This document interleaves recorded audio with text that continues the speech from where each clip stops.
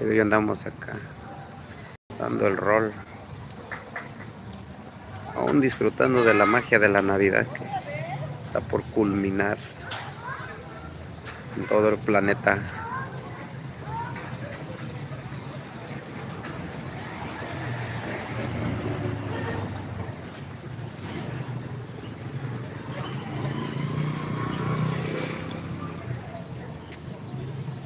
Aquí vemos a los turistas tomándose fotos todavía.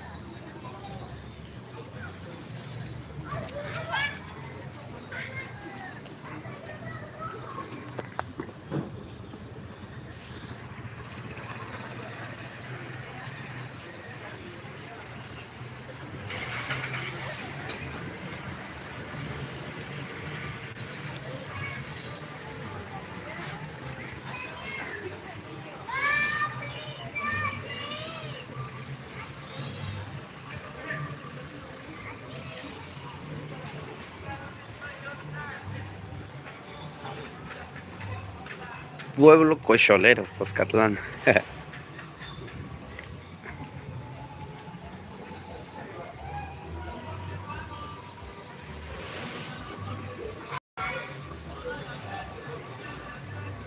La magia se siente.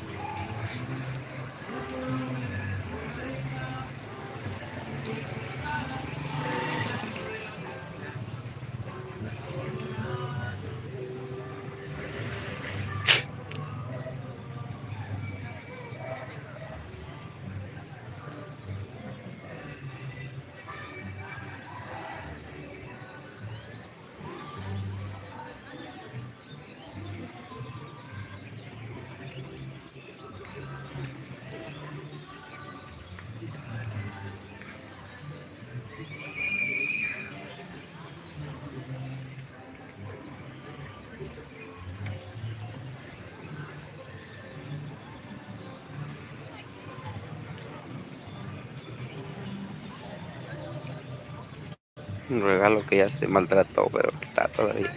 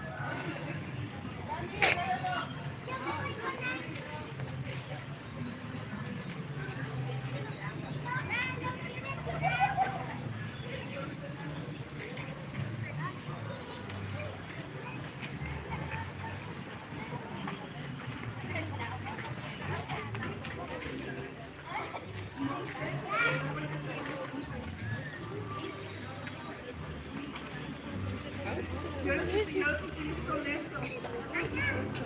Pero estos aquí nunca los he utilizado yo.